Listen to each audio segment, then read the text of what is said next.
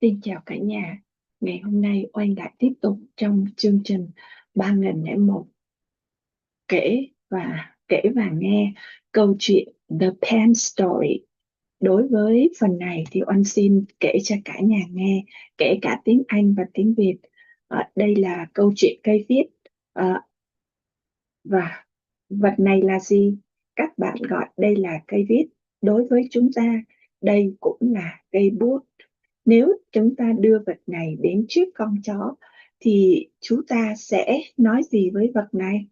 Làm gì với vật này? Chúng ta sẽ làm gì với vật này? Chúng ta sẽ cắn và gặm nó. Và con cún không xem đây là vật để viết, mà con cún xem đây là một món đồ chơi. Câu hỏi đặt ra là, vậy ai đúng? Con người đúng hay con cún đúng? Đây là cây bút hay là đây là món đồ chơi? Cả hai đều đúng. Cả hai có thể có cả hai đều có thế giới quan của riêng mình. Đối với chúng ta, đây là cây viết, còn đối với chú cún, đây là món đồ chơi. Mọi người đều có thế giới quan của họ, không có đúng, không có sai. Chúng ta không có quyền áp đặt ý kiến chủ quan của mình lên người khác. Nếu bây giờ tôi đặt cây viết này vào một cái phòng trống và con người và con cún tất cả đều đi ra ngoài, vậy tại giây phút này, dạ, vậy vậy vật này là cây bút hay đồ chơi để gặp? Nếu là cây bút thì cây bút này là đối với ai? Trong phòng lúc này không có con người, cũng không có đồ chơi, cho nên ngay tại thời điểm này nó không là gì cả, và không không phải là mất đi, mà mọi thứ đều có tính không, cho nên nó có tiềm năng vô hạn để trở thành bất cứ thứ gì. Bởi vì nếu bây giờ nếu bây giờ con người đi vào trước và nhìn thấy cây viết, vậy thì lúc này cây viết trở thành gì? Và đó là cây bút. Và nếu bây giờ có chú cún bước vào phòng, ngước nhìn thấy chú cún bước vào trong phòng trước và nhìn thấy vật này, thì ngay tại thời điểm đó nó trở thành cái gì? Và nó trở thành đồ chơi hay là cục xương. Và nếu cả hai đều bước vào phòng cùng một lúc thì lúc này, vậy thì vật này trở thành cái gì? Dạ, thành cả hai, vừa là cây bút, vừa là đồ chơi. Vậy câu hỏi đặt ra là, tôi nhìn thấy, tôi nhìn thấy là cây bút, còn chú cún nhìn thấy là đồ chơi. Vậy thì cây viết đến từ đâu? Từ tôi hay từ chính nó? Đến từ phía tôi hay từ phía nó? Đến từ phía chính tôi? Đến từ tâm trí của tôi? Nếu vậy, cây bút đến từ phía chính tôi, vậy con cún chính nó. Nếu cây bút đến từ phía chính nó, thì con cún cũng phải thấy đây là cây viết. Kết luận: mọi thứ trong cuộc sống đều đến từ phía chúng ta, và tôi đều chịu trách nhiệm 100% về cái mọi điều xảy ra với chính mình. Vậy nếu mọi thứ đến từ tôi, thì tôi có thể ước cây viết này thành bất cứ thứ gì, được không? Hiện biến thành kim cương, kim cương, kim cương. Kết quả là không thể, nó vẫn là cây bút. Tại sao và điều gì đang xảy ra lúc này ở đây?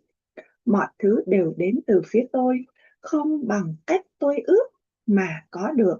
Nó đến bằng cách tôi gieo trồng trong tâm trí mình các hạt, nó nảy mầm. Và chỉ khi có thay đổi được dấu ấn trong tiềm thức của tôi thì mới tạo ra được điều mong muốn. Vậy thì bài học từ câu chuyện cây viết: thứ nhất là tôn trọng quan điểm hay thế giới quan của người khác. Thứ hai, mọi thứ đều có tính không, cho nên nó có tiềm năng vô hạn để trở thành bất cứ thứ gì. Thứ ba, mọi thứ đến hạt từ hạt giống gieo trồng trong tâm trí của tôi và tôi chịu trách nhiệm 100% với kết quả của mình. Thứ tư, không thể ước mà có. Gieo hạt để có kết quả, hành động, lời nói và ý nghĩa. Now I can tell you about the pen story in English. What is this object? You call this a pen, and for us, this is a pen. If I bring this object in front of the dog, what will the dog do with this object? It will bite, it will bite and gnaw. The dog does not see this object as a writing tool. The dog sees this as a toys. Question: who is right? Human using it, or the dog using it? The human using it, or the dog using it? And this is a pen, or that is a pen, or that is a toys. Both are correct. Both have their own perspective. Both have their own perspective. For human, this is a pen, and for the dog, it is a toys. Everything has their own perspective. There is no right or wrong. We don't have the right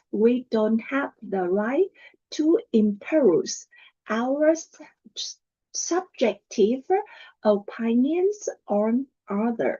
We don't have the right to impose our objective opinions on our other.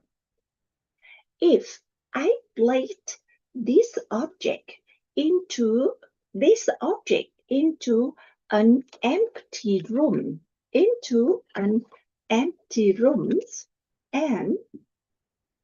and the human, both, if I placed these objects into an empty room, both human and the dog have a lap. And at this moment, is this object a pen and or a toys? A pen or a chewing toys? A pen. Is this object a pen or a chewing toys? If it is a pen for what? And in the room, there is no person. There is no person, and it is not a toys either. Therefore, at this very moment, it is nothing. Not but it ceases to exist. But everything have the emptiness nature. So it have potential. It has the infinite potential to become anything. Because if a human enter the room first and see this object, what will the objects? What does it become? If a human enter the room first and see this object. What does it become at this moment? It is a pen. And if a dog enter the room first and see this object, what does it become? What does it become? At this moment, it is a chewing toys. And if both enter the room, together, and what does it become? What does it become? What does these objects become? Both a pen and a chewing toys becomes both. Both a pen and a chewing toys. And question: If I see a pen, why the puppy sees a chewing toys? What does the pen come from? What does the pen come from? Come from my side or from its side? It comes from my mind. It comes from my mind. If it comes from its side, if it comes from its side, from itself, because if the pen come from itself, the dog would also then the dog, because if the pen came from itself, because if the pen came from itself, then the dog would be also see it as a pen. It comes from my mind. It comes from my mind. It comes from my mind. It comes from my mind. Because if the pens came from itself, then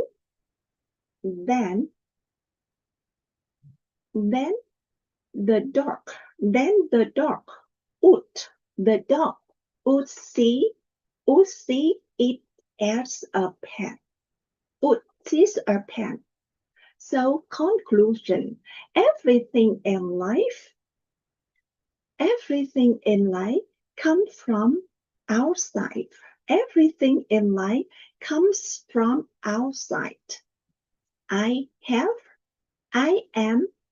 Everything in life comes from myself. Everything in life comes from myself. I am 100% responsibilities for what happened to me. For what happens to me. I am 100% responsibility for what happens to me. And if everything comes from me, but if everything comes from me, can I wish this pen? Can I wish for this pen? Can I wish for this pen? If everything comes from me, so can I wish this pen? Can I wish for this pen to become anything I want? To become anything. If everything comes from me, can I wish for the pen become anything? Transform into diamond, diamond, diamond. The result is that it cannot, it cannot, it still, is, it is still a pen. The result is not, it can't not, it is still a pen. Where and what actually happening here? What actually happening here?